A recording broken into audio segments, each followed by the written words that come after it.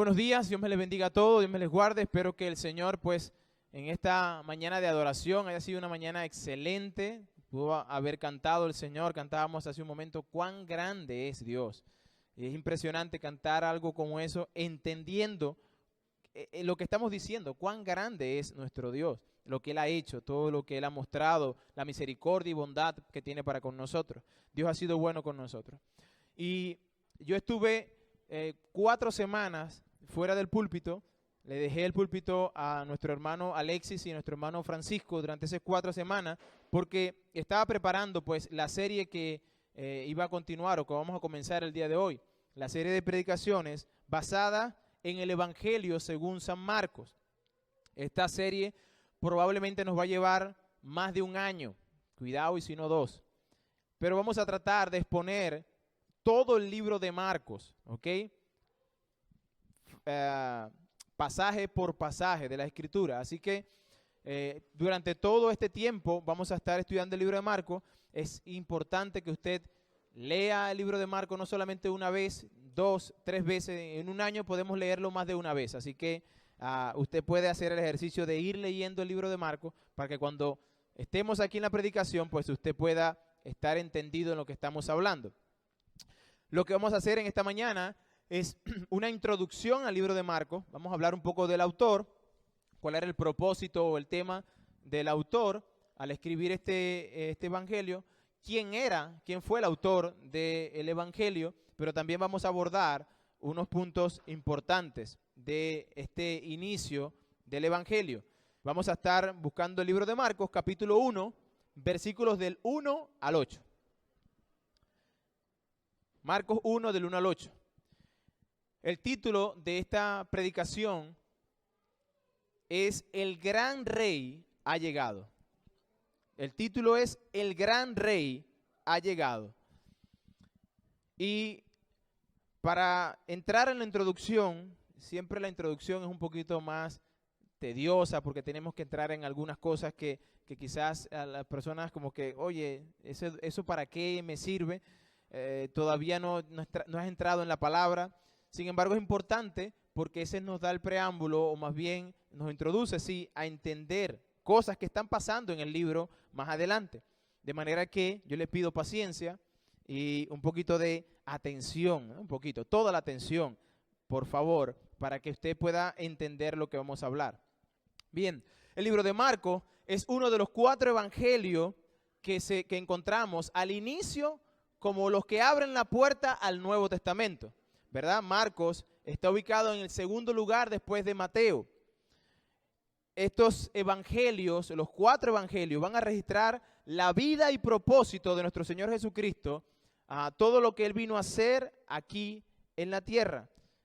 Decía Sujel Michelén que son como pequeñas biografías o biografías teológicas de Cristo, que no están enfocadas en decirnos todos los detalles de la vida de Cristo, pero sí de esos eventos importantes. De manera que vamos a ver una biografía teológica de la vida y de la obra de Cristo. Ahora, cada uno de estos evangelios tiene un tema y un propósito, o una audiencia a la cual fue dirigida puntualmente.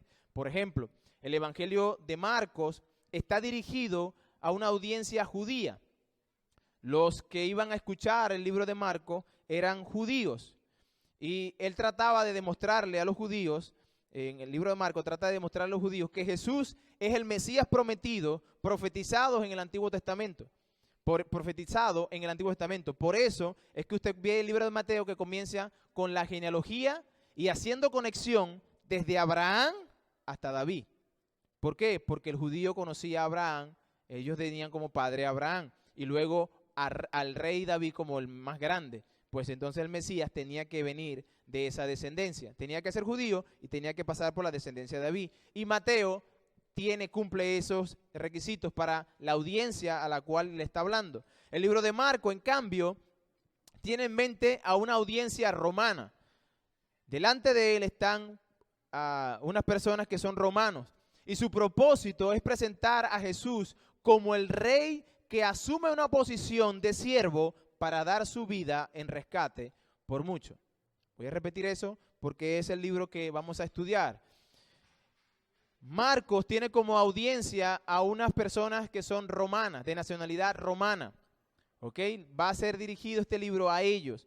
Y el propósito es presentar a Jesús como el rey que asume una posición de siervo para dar su vida en rescate por muchos. Lucas, en cambio, se dirige a los griegos y asume o muestra a Jesús como el hombre perfecto que vino a salvar a los pecadores. En cambio, Juan, o finalmente Juan, se dirige a un grupo, a todos los grupos, a toda lengua, tribu y nación, a todo el mundo entero, y presenta a Jesús como el Dios hombre, 100% Dios, 100% hombre, en el cual debemos creer para ser salvos.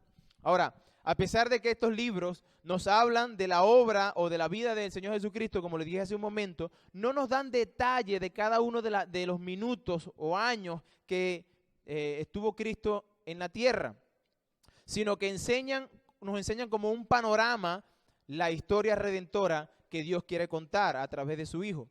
Y encuentra su clímax en esa historia redentora, la crucifixión de Cristo.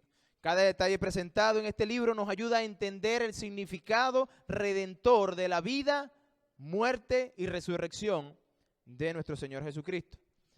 Y de plano les digo, cuando estaba estudiando este libro de Marcos, yo me encontré con muchas cosas en el estudio.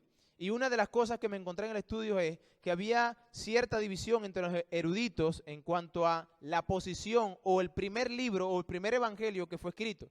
Algunos dicen que fue Mateo, el primer libro, y por eso lo encontramos ubicado en la primera posición en nuestro Nuevo Testamento. Pero la gran mayoría de los eruditos entienden hoy en día que no fue Marcos, sino que el primer evangelio el primer evangelio no fue escrito, no fue Mateo, sino que fue Marcos. ¿Por qué esto es importante? Lo vamos a ver más adelante. Es importante que recordemos, Marcos es el primer evangelio que se escribe.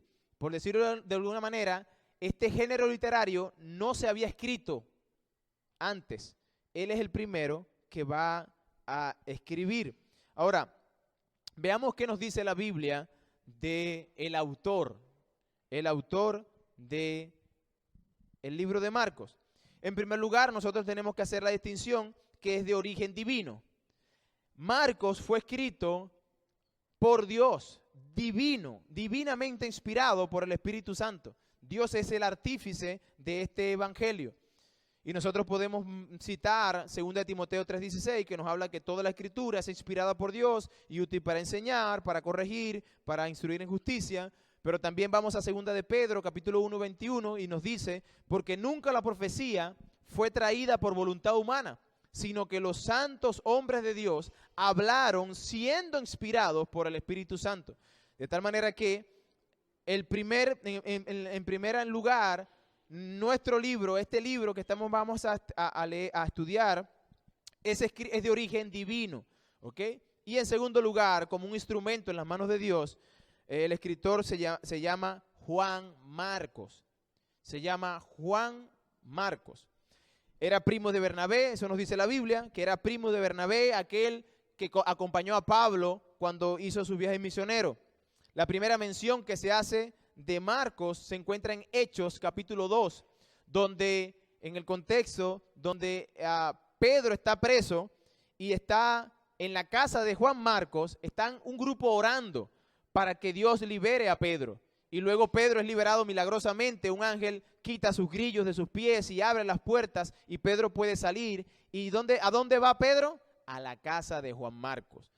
Entonces ese lugar era un lugar donde se reunía la iglesia para orar, era como ese lugar seguro a donde ir. Y es evidente que el apóstol Pedro tenía alguna conexión con la familia, y en especial con Marcos. El apóstol Pedro tenía una conexión muy cercana con la familia, pero en especial con Marcos. ¿Y por qué digo esto? Bueno, porque en el primera de Pedro, capítulo 5, versículo 13, Pedro se refiere a Marcos como a hijo. Pedro tenía a Juan Marcos como un hijo espiritual. ¿Ok? Y Juan Marcos después de que pasó ese evento en la casa de Pedro, los estudiosos dicen y están de acuerdo que Pedro es el quien lo instruye en los caminos del Señor, quien lo levanta, quien lo discipula, y luego de eso, él va a emprender un viaje misionero, o el primer viaje misionero, lo va a hacer con Bernabé y Pablo. Si usted lee después de Hechos capítulo 12, el capítulo 13, usted se dará cuenta que Bernabé, Pablo y Pablo son llamados al campo misionero. Y a ellos se les dice, el Espíritu Santo los escoge para que vayan y lleven la palabra a otro lugar. Y Bernabé, siendo, ¿verdad?, el primo de Marco, le dice a Marco, vente con nosotros. Se los va a llevar a ese primer viaje misionero. Y en el viaje misionero, durante el viaje misionero, después de haber ido a ciertos lugares, Marco, siendo un joven, algunos dicen que tuvo miedo de todas las cosas que estaba viviendo o de lo que estaba por enfrentar. Y él Marcos decide retroceder y volverse. Se devuelve, abandonando así el equipo misionero pues que siguieran su camino, pero Juan Marcos se devuelve a Jerusalén. Si usted lee Hechos capítulo 13, versículo 13, allí encontrará el hecho de que Juan Marcos regresó a Jerusalén. Ahora, cuando Pablo y Bernabé se sentaron para ir a su segundo viaje misionero, Pablo dice, nos vamos, Bernabé, para otra vez recorrer las iglesias que ya hemos fundado, que se están abriendo, y seguimos adelante pues para ver hasta dónde el Señor nos lleva. Pero Bernabé dijo, vamos a llevarnos a Marcos. Y allí se comienza una trifulca entre estos dos hombres de Dios, donde Pablo dice no, él no puede ir, y Bernabé dice pues sí, él va a ir. Y resulta que dice la Biblia que el problema fue tan fuerte que se dividieron. Y dice que Pablo agarró a Silas y se fue por un lado, y Bernabé agarró a Marcos y se fue por el otro. Ahora, ¿quién tiene la razón en esta disputa? Nosotros pudiéramos por un lado entender a Pablo en el sentido de que la obra que él estaba haciendo no era una obra que podía hacerse a la ligera, era una obra de valentía, y él entendía que Marcos todavía no estaba preparado. De tal manera que podemos entender a Pablo en cómo actuó en ese momento. No puede ir. Pero por otro lado está Bernabé, cuyo nombre significa consolación. Bernabé tomó a Juan Marcos y lo consoló y dijo, bueno, pero las personas cambian y hay que darle la oportunidad porque el Señor hace nueva todas las cosas. Sin embargo, cada uno de ellos salió a un lado diferente. Pero algún tiempo después, esa historia, caminó el tiempo, y vemos otra vez en la Biblia, en el libro de Colosenses, vemos a Pablo llamando a Marcos como una persona que era colaborador del ministerio. Lo llama como uno de sus colaboradores. Invita a la iglesia de Colosa a recibirlo como uno de ellos, como parte del equipo, como un colaborador de Pablo. Incluso al final de la vida de Pablo está para morir, y al final de su vida, en Timoteo, 2 Timoteo capítulo 4, versículo 11, él le dice, ¿sabe, Timoteo? Tráete a Juan Marcos, porque instrumento útil me es para la obra del ministerio. De tal manera que esa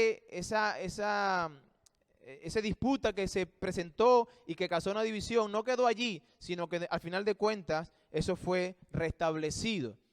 Pablo no quedó airado o molesto con Juan Marcos, sino que más bien al final de cuentas Pablo lo utiliza como parte de su equipo. Ahora, muy probablemente es Pedro quien recibe a Juan Marcos cuando está en esta disputa que Pablo dice que no y Bernabé que sí. Es Pedro quien lo toma en sus brazos y lo fortalece, quien lo anima, quien después de haber pasado ese fracaso o esa dificultad de devolverse, se sentía pues mal. Yo me imagino a Juan Marcos sintiéndose mal por lo que él había hecho y destruido en su ministerio. ¿Qué voy a hacer? ¿Y qué va a hacer de mí? Mira lo que he hecho, no soy digno. Y es precisamente Pedro, aquel que había negado al Señor 3 veces. ¿Recuerdan la historia? Pedro había negado 3 veces al Señor y él se sintió también de la misma manera. Así que Pedro entendía perfectamente lo que sentía Juan Marcos. Y es él quien lo toma y empieza a enseñarle lo que el Señor le enseñó a él.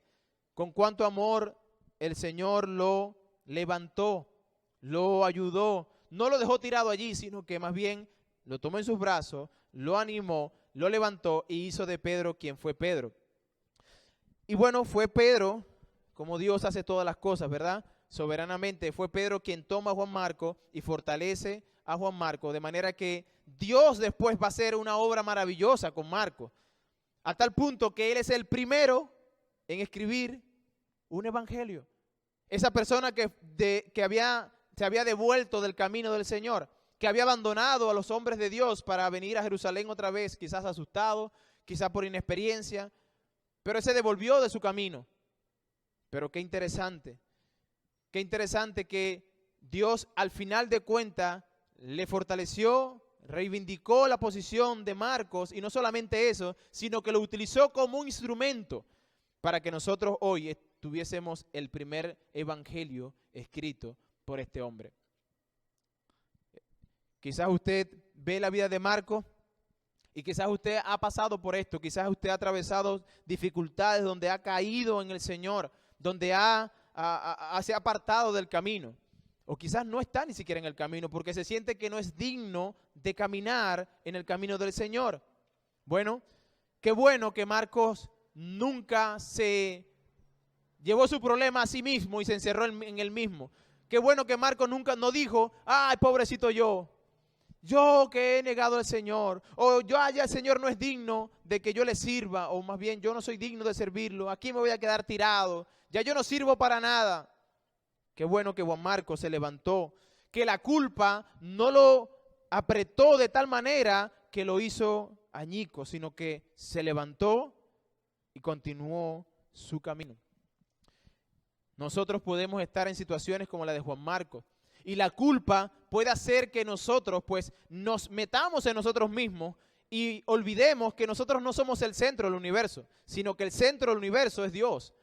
Y que cuando nosotros nos ensimismamos en nosotros mismos, nosotros no estamos viendo realmente los propósitos y las cosas que Dios tiene para hacer con nosotros. Si usted es un hijo de Dios y realmente su vida le pertenece a Cristo, Él, dice su palabra, que es fiel y justo para perdonarte y limpiarte de toda maldad. Lo que debemos hacer es ir a donde tenemos que ir. Tenemos que ir a donde está Él, que nos puede limpiar. Pero no solamente eso, sino que Juan Marcos fue útil para la obra del ministerio. Cuando él no pensó ser útil ya, cuando los hombres quizás pudieron haber dicho, pero esto no sirve para nada. Este es un cobarde que da media vuelta cuando la pelea arrecia.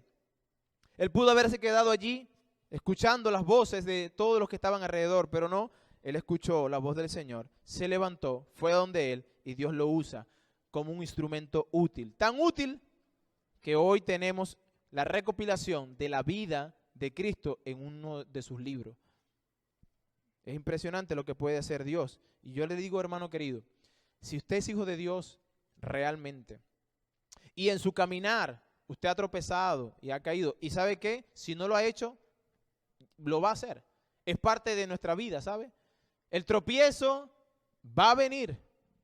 Es parte de lo que nosotros necesitamos, es parte de lo que usted y yo lidiamos día tras día, con esta carne, con el enemigo, con nuestras concupiscencias y deseos. Es parte de lo que usted y yo vamos a sufrir. Sin embargo, la historia está escrita y al final de nuestra historia está escrito victoria. Está escrito, usted ha vencido. ¿Y por qué ha vencido? Porque Cristo venció y usted como hijo de Dios entonces venció porque Él venció. Esa es la historia redentora. Que no importa cuánto yo estoy aquí cayéndome, levantándome, Dios ha prometido a los que han puesto su fe y su vida en Cristo, vida eterna. Victoria segura. Y Marcos nos muestra en un retrato muy pequeño de su vida cómo él negó al Señor, pero al mismo tiempo cómo Dios lo restauró y fue útil. Así que no tiene excusa usted que está aquí, usted que me escucha a través de excelente, usted no tiene excusa de decir, ay, es que yo no soy digno. Bueno, la Biblia dice que ninguno es digno, solo digno es Dios. Pero Él nos hace dignos. Ah, pero es que yo he cometido mucho pecado. Bueno, Dios es fiel y justo para perdonarte y limpiarte de toda maldad. ¿Qué debo hacer entonces? Confesar mi pecado, apartarme y venir arrepentido ante su presencia. Esto fue lo que hizo Juan Marcos, y Juan Marcos recibió del Señor pues la recompensa, el hecho de que nosotros hoy estuviéramos leyendo un libro, un privilegio que no todos tuvieron, o muchos hombres de Dios tuvieron. Ahora, ¿cómo sabemos que fue Juan Marcos que escribió este evangelio? Aunque la pregunta, ¿verdad? O sea, el evangelio de Marcos, que lo escribió Marcos, realmente es como demasiado obvio. No es tan obvio cuando se estudia en los originales, porque en el libro de Marcos no sale el nombre de él como sale en las cartas de Pablo. Yo, Pablo, ¿verdad? No, aquí no sale, yo, Marco, escribí este libro. No. Pero uno de los padres de la iglesia primitiva, o de la iglesia, de la primera iglesia que caminó en la tierra, que vivió en los años 60 y 135 después de Cristo, es decir, él conoció a algunos de los apóstoles y conoció a algunos de los discípulos de los apóstoles. Él explicó, llamado Papías, este hombre se llama Papías, él explicó que todo lo que Marcos había escrito, lo había escrito de los sermones que Pedro había predicado, y que fue exacto en lo que él predicó. Miren lo que dice, voy a leer textualmente lo que Papías relata. Marcos, que fue intérprete de Pedro, escribió con exactitud todo lo que recordaba, pero no en el orden preciso de lo que el Señor dijo e hizo. Porque él no oyó ni siguió personalmente al Señor, sino como dije, después él siguió a Pedro. Este impartía sus enseñanzas de acuerdo con las necesidades de los oyentes, pero no como quien va ordenando las palabras del Señor. De modo que Marco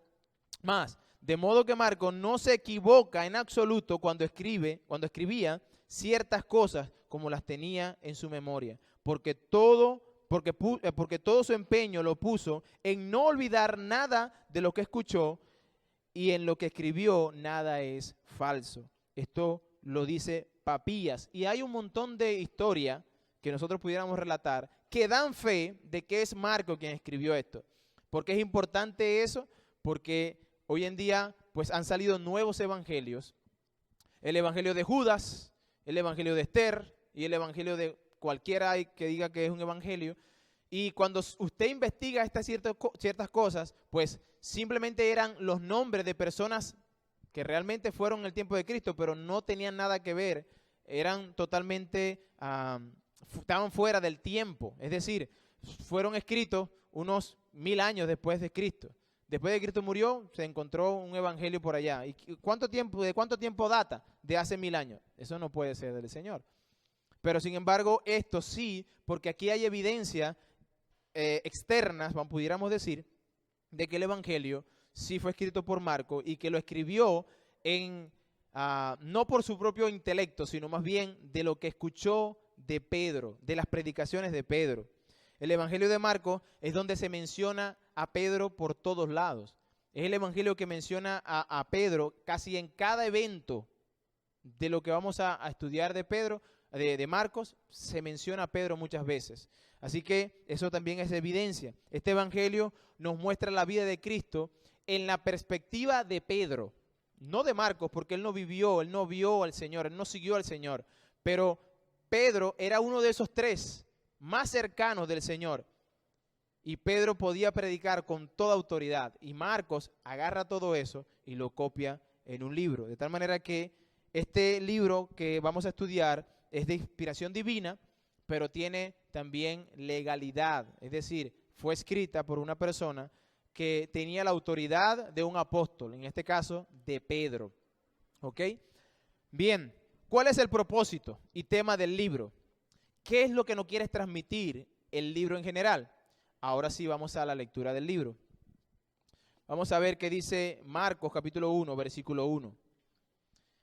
Dice, principio del evangelio de Jesucristo, Hijo de Dios. ¿Qué nos quiere transmitir Marcos en su evangelio? Bueno, en su libro, él nos quiere transmitir el principio del evangelio de Jesucristo, quien era Hijo de Dios. Y es interesante que la primera palabra que se introduce aquí es evangelio. Evangelio.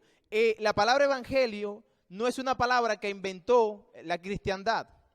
La palabra evangelio no es una palabra que el cristiano, un día vino Marcos y dijo, voy a escribir el evangelio. No, sino que el evangelio, la palabra evangelio es un término que se usa y se entiende en términos gentiles o en el pueblo romano. Por ejemplo, los romanos del primer siglo entendieron el término como buenas noticias o buenas nuevas. Eso es lo que significa evangelio, buenas nuevas. Y el romano lo entendía como eso, una buena noticia o buena noticia. Es decir, buenas noticias de un rey venidero, de que venía un rey. Se escuchaba la noticia, viene un rey. Entonces eso para ellos era una buena noticia. Se usaba también como un término militar o político. Por ejemplo, cuando iban a la guerra y decían, traían buenas noticias, un emisario salía de la guerra y venía ante el emperador o ante el pueblo y decía, hemos vencido al equipo o al bando contrario. Eso era buena noticia. La palabra no solamente se aplica a una situación, sino que se aplica a la persona quien llevaba la buena noticia. De tal manera que evangelio es una persona, pero también es una noticia que trae esa persona. La palabra empleada para referirse a la llegada, la empleaban también para referirse a la llegada de un rey, a la ascendencia o triunfo de un emperador. El pueblo pues se reunía todo para ver al emperador llegar. Eso era una buena noticia, es decir, eso era evangelio. El pueblo romano entendía esta palabra como un pronunciamiento real que se declaraba de un monarca que había de venir, que era poderoso y que llegaría y marcaría un nuevo comienzo en la historia, que traería salvación, paz y bendición. Eso es lo que entendía el pueblo romano de lo que significaba evangelio. Bueno, cuando Marcos va a escribir, él comienza diciendo, principio del evangelio.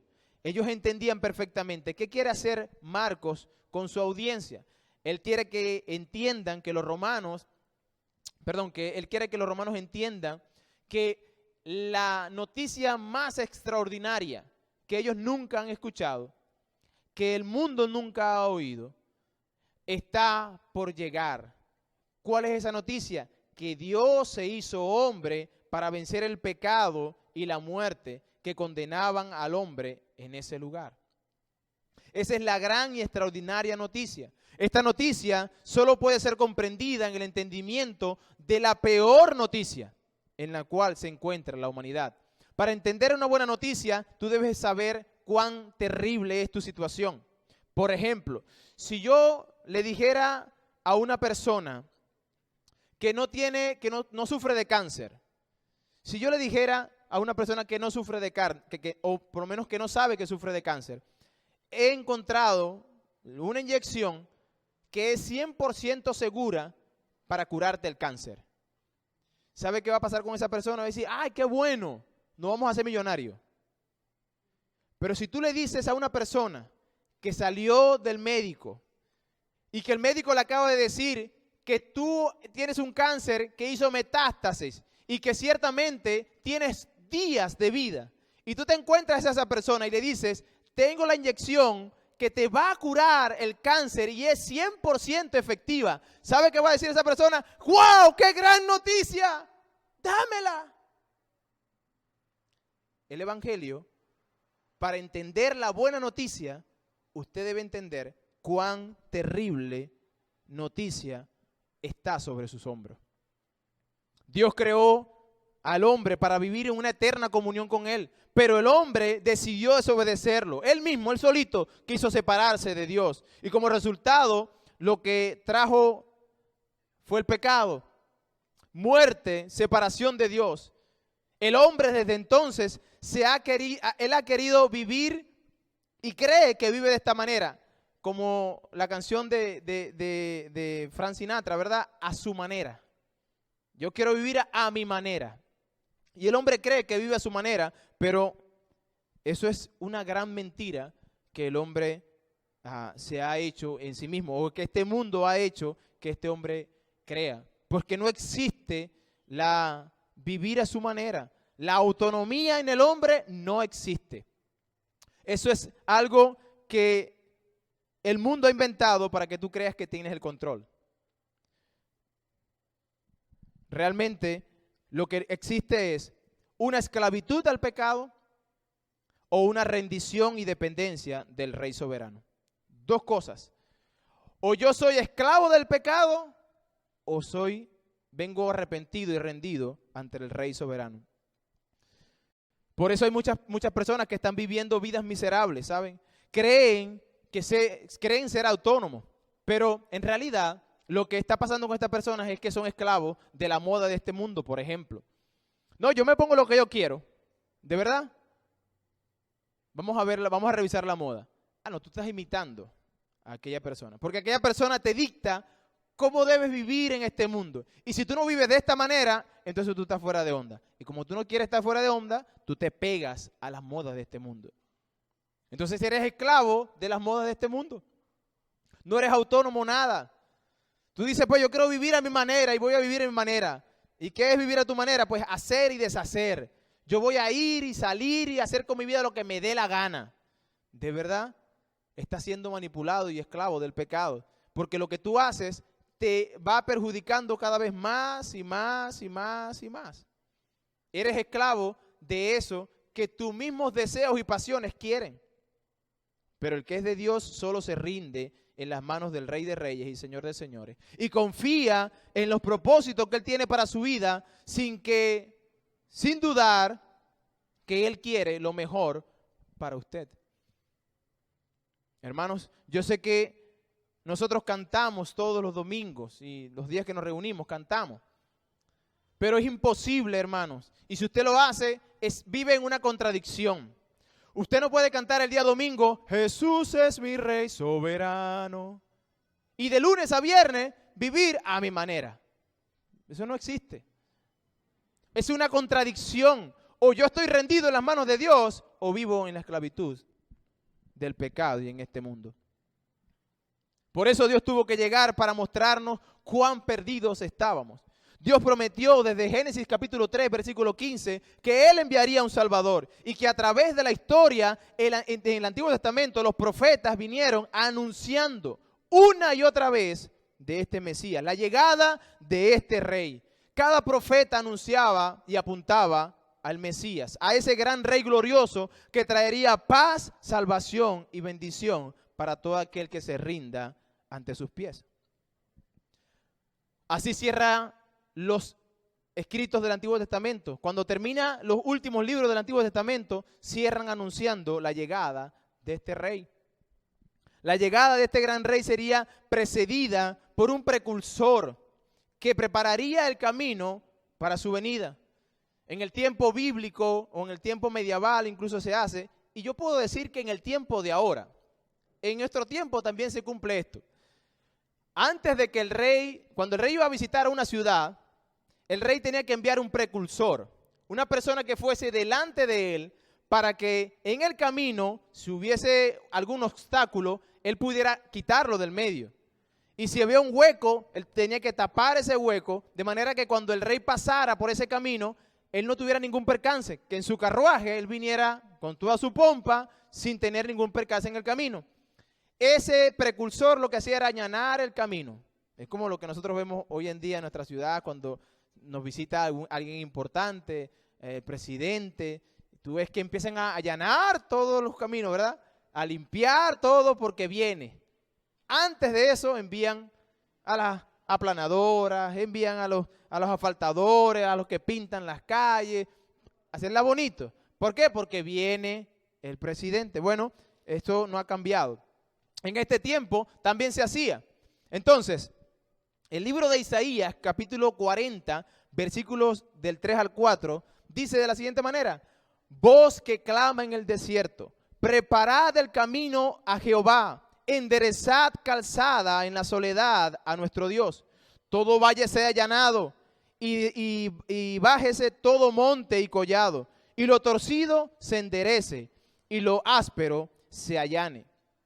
Lo que Dios estaba haciendo, o el profeta estaba diciendo era, vendrá uno delante de ti, que era el precursor, ese vendría y allanaría el camino para que cuando el rey venga no tuviera ningún percance. Este pasaje es claro y lo que está anunciando es que el mismo Dios vendría a este mundo. Fíjense cómo dice, preparad camino ¿a quién? A Jehová.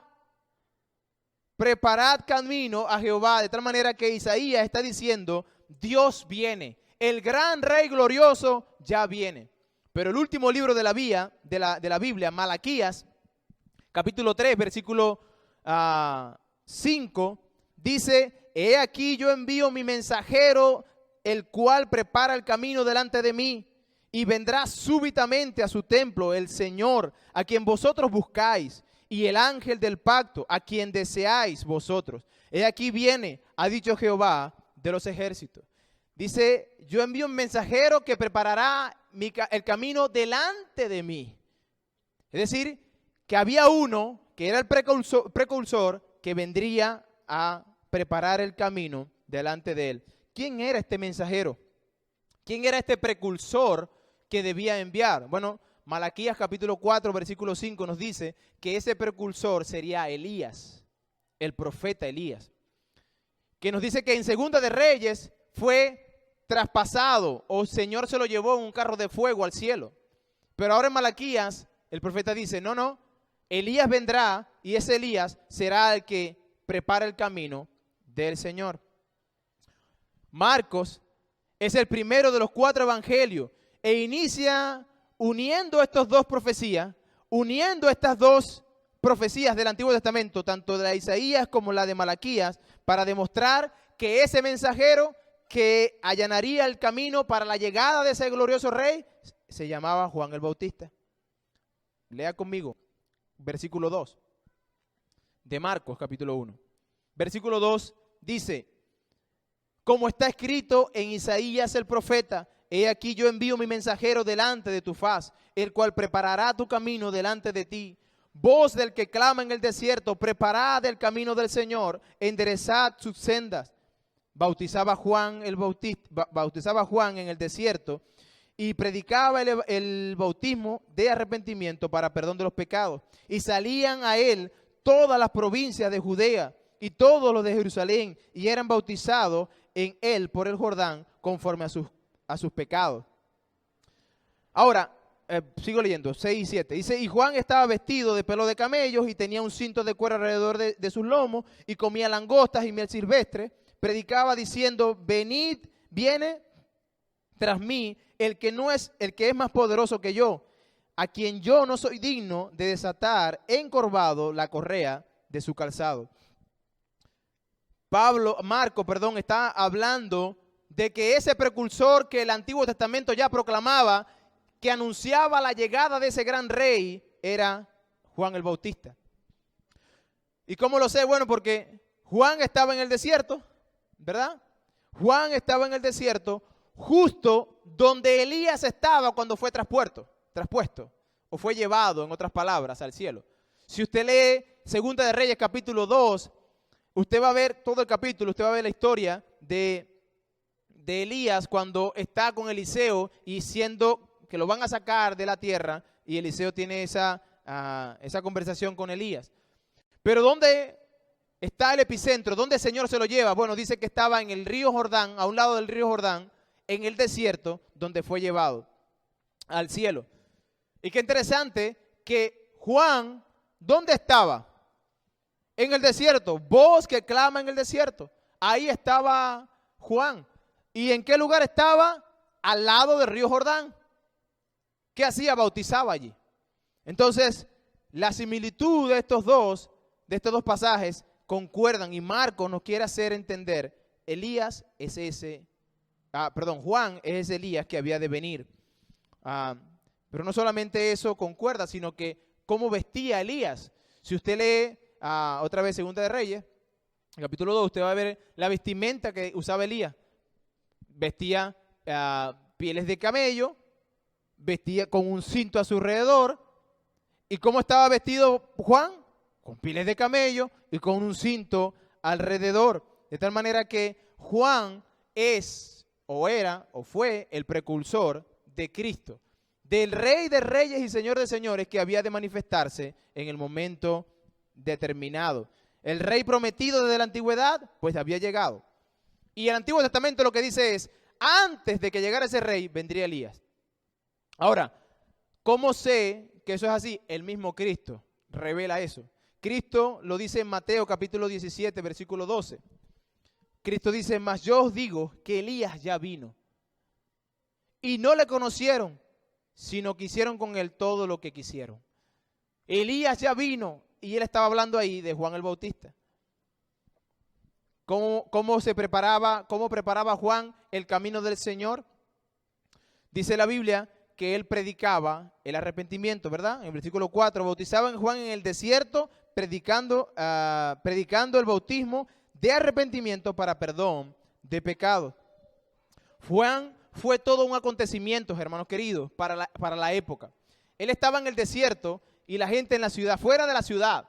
La gente de la ciudad venía al desierto para ser bautizada. Dice que toda Judea, Jerusalén, Galilea, venían a Juan.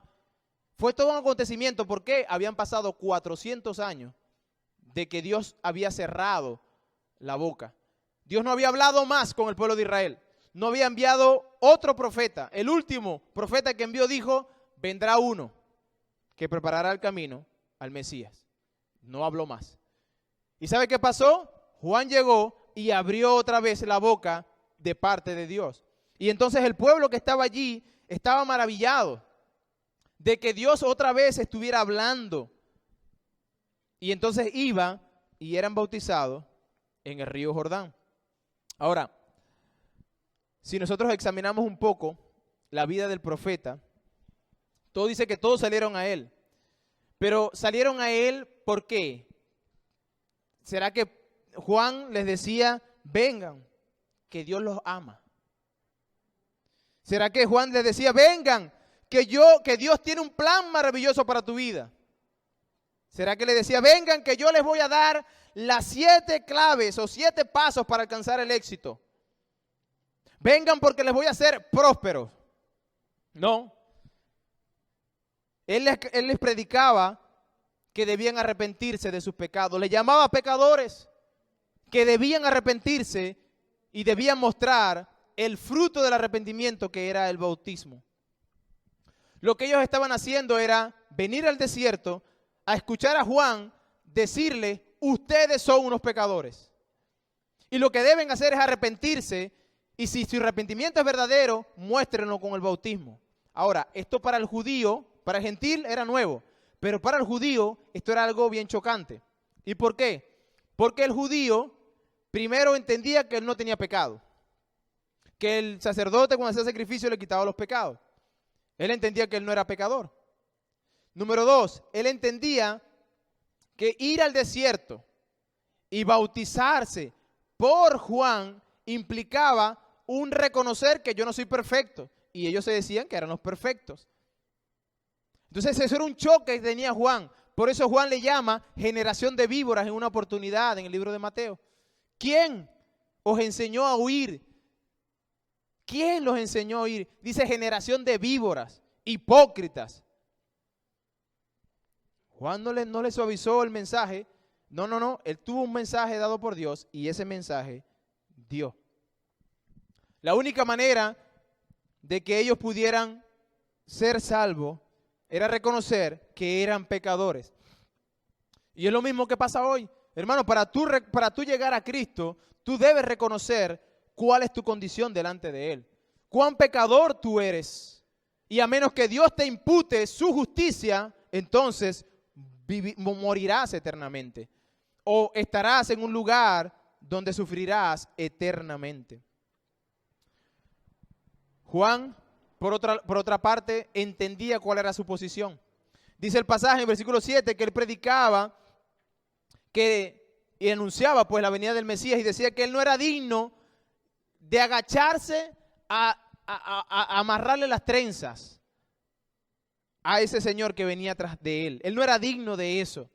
Qué interesante la humildad de Juan. Juan, quien era el profeta de Dios que había levantado después de 400 años de silencio, ahora Dios está hablando por medio de un hombre. Juan, que se dice la escritura de él, que desde su vientre, desde que estaba en el vientre, dice la Biblia, que Dios lo llenó del Espíritu Santo. O sea, no fue que él nació y después creyó, no. Dios desde el vientre de la madre lo llenó del Espíritu Santo. ¿Se imagina usted eso? Ya Dios lo tenía marcado.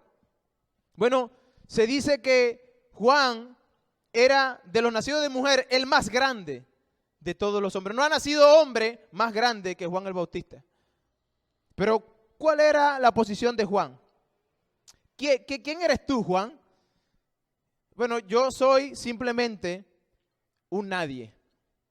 Yo soy un nadie, porque él no habló de él. Él dijo, viene uno más grande que yo, y estas fueron las expresiones. Él es más digno que yo, él es más poderoso que yo. Es interesante que hoy vemos personas que simplemente se enfocan en cuán grande soy yo,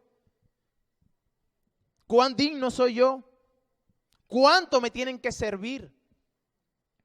Cuando los hombres verdaderos de Dios, la verdadera grandeza se mide no por el show que tú puedas tener, no por la cantidad de personas que te puedan seguir, sino por cuán fiel ha sido Dios. Y Dios dice en su palabra que aquel que es el más grande tiene que ser el último. ¿Quieres ser el primero? Sirve a todos los demás. No nos gusta escuchar eso. Al predicador de hoy en día no les gusta eso. ¿Qué comía Juan? Grillos, saltamonte para nuestra ¿verdad? Cultura. No sé si usted lo conoce como saltamonte. Comía grillos con miel. Esa era su comida. Hoy en día, si tú no envías a un predicador afuera con $2,000, $3,000 en el bolsillo, no puede ir a predicar. Porque ¿qué va a comer? ¿Qué va a vestir? Pero Juan no estaba pendiente de eso. Un predicador, si no tiene una plataforma, si no tiene las luces, si no tiene la pompa y el show antes de que él entre, pues entonces no quiero. Porque quiere lucir bien. Bueno, ese no fue el trabajo de Juan. Juan, como un verdadero profeta, vino a decir y a anunciar que el grande era otro, que él no era nadie, que él no era digno de hacer el trabajo que hacían los esclavos. Los esclavos podían hacer cualquier cosa, pero el hecho de amarrarle las sandalias a su amo, ese era el trabajo más bajo que un esclavo podía hacer. Juan dice, yo no soy ni digno de amarrarle el calzado al que venía, ni digno de eso. Fíjense cómo lo veía como un privilegio. Bueno, que reflexionemos sobre eso. Lucas capítulo 1, versículo 15 nos dice que Juan era un hombre y es de los nacidos de mujer el más grande que ha vivido. Dios lo dice. Dios dice que él estaba lleno del Espíritu Santo desde el vientre de su madre. En Mateo 11:11. Dios lo hizo grande. Dios fue quien hizo grande a Juan, pero él no buscó la grandeza. Al contrario, él señaló y todos los focos de atención los puso donde tenía que ponerlo, en Cristo. Dios, pues, esa extraordinaria noticia que él venía a anunciar, o esa llegada que él venía a preparar, pues lo hizo como tenía que hacerlo, como un precursor, aquel que simplemente era el empleado que allanaba el terreno para que el Todopoderoso, el Rey glorioso, hiciera su llegada. Ese es el Evangelio. Aquel Rey todopoderoso, glorioso, que se hizo siervo voluntariamente para salvar a muchos, para rescatar a muchos del hoyo de la muerte. Es por esto que Marcos no comienza con una genealogía. No vemos una genealogía allí. ¿Por qué? Porque un siervo no necesita genealogía. Simplemente él comienza con el Evangelio, la buena noticia. Ahora, ¿cuál es el propósito del libro de Marcos? Si usted lee Marcos capítulo 10, versículo 45, ahí va a encontrar a ese propósito del libro o de Marcos al momento de escribir. Dice Marcos 10, 45, porque el Hijo del Hombre no vino para ser servido, sino para servir y para dar su vida en rescate por muchos. Este es el propósito de Jesucristo o de Jesús en el libro de Marcos. Él nos va a mostrar que Él no vino a ser servido, sino a servir. Es diferente a lo que vemos hoy en día. Personas que buscan que le sirvan y no servir. Bueno, el Señor vino a mostrarnos que así no es. Aquí es donde en este pasaje se divide el libro en dos mitades, en dos grandes secciones. Del capítulo 1 al 10 resumen 3 años de la vida de Cristo. Del 1 al 10 hay 3 años de la vida de Cristo. Y del capítulo 11 al 16 se resumen 8 días. Los últimos 5 capítulos fueron 8 días, los últimos 8 días de Cristo en la tierra. En los primeros pasajes presentados se nos muestra a Cristo como aquel que viene a rescatar. Lo primero se nos muestra a Cristo como el que sirve. En los primeros 10 capítulos lo que vamos a ver es a Cristo sirviendo. Y en los últimos capítulos vamos a ver a Cristo dando su vida en rescate por muchos. En este evangelio no vamos a encontrar, por ejemplo, parábolas muy largas, ¿no? Parábolas muy cortas. Vamos a encontrar discursos muy poquitos, quizás algunos. No como en Mateo y Lucas, que hay muchos discursos de Jesús. Aquí no hay tantos discursos. Lo que sí vamos a ver aquí es a Cristo mostrando compasión a través de los milagros. Muchos milagros. 18 milagros para ser exactos. Que si lo comparamos con los otros capítulos, con los otros libros, Marcos, es el que muestra más milagros. En este evangelio es un evangelio rápido, de acción. Cuando entremos en el evangelio vamos a ver la acción. 1 y 2 y 3 y terminó una cosa y comienza otra y otra y otra. Este evangelio es rápido y de acción. Vamos a encontrar la palabra inmediatamente. Esa palabra la vamos a ver por lo menos más de 40 veces. Inmediatamente hizo tal cosa y inmediatamente hizo otra. Y se termina una cosa y dice y inmediatamente. Es como que Marcos nos quiere decir que el Señor no vino a descansar. Que cada minuto que Él vivió en su ministerio lo vivió apasionadamente sin perder el tiempo. Sirvió sin descanso solo para obedecer al Padre, para salvar a muchos de la terrible condición en la cual estaban. ¿Cuál era esa terrible condición? La ira de Dios. La buena noticia es que Cristo vino para rescatarte, para rescatarnos. Y esto demanda una respuesta de nosotros. El último versículo dice, yo a la verdad os he bautizado con agua, pero el que viene, él os bautizará en el Espíritu Santo. Juan entendía que él solamente venía a preparar el camino, pero quien realmente al final de cuentas iba a hacer la obra salvadora, regeneradora, iba a ser Cristo, quien iba a bautizar con el Espíritu Santo. Y fíjense que dice con el Espíritu Santo y no con fuego. Como he escuchado en estos días por allí, personas que se paran en el púlpito y mandan a la congregación a pedir fuego. ¿Quién quiere fuego? ¿Quieren fuego? Sí, lo quieren, ya, ahora. Y luego extiende sus manos y dice ¡fuego! Y la gente se cae para atrás como que ¡wow! Bueno, eso no es lo que vemos en la Biblia. Juan dice, yo solamente le echo agua. Y les predico que se deben arrepentirse de sus pecados. Y es Cristo quien los bautiza en el Espíritu Santo. En otras palabras, es Cristo quien va a dar el Espíritu Santo para que usted sea regenerado. En otras palabras, vuelto a la vida para que sea capacitado y pueda escuchar el Evangelio y creer en el Evangelio y entonces venga a una mejor vida.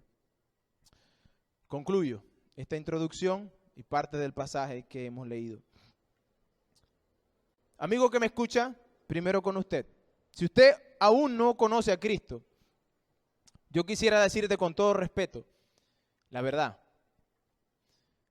tú no eres autónomo.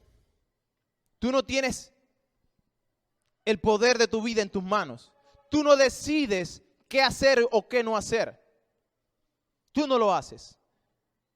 Tus pasiones el pecado, tus deseos, tus sentimientos te arrastran a hacer eso. Por eso la Biblia dice que tú eres esclavo del pecado. No puedes zafarte de eso.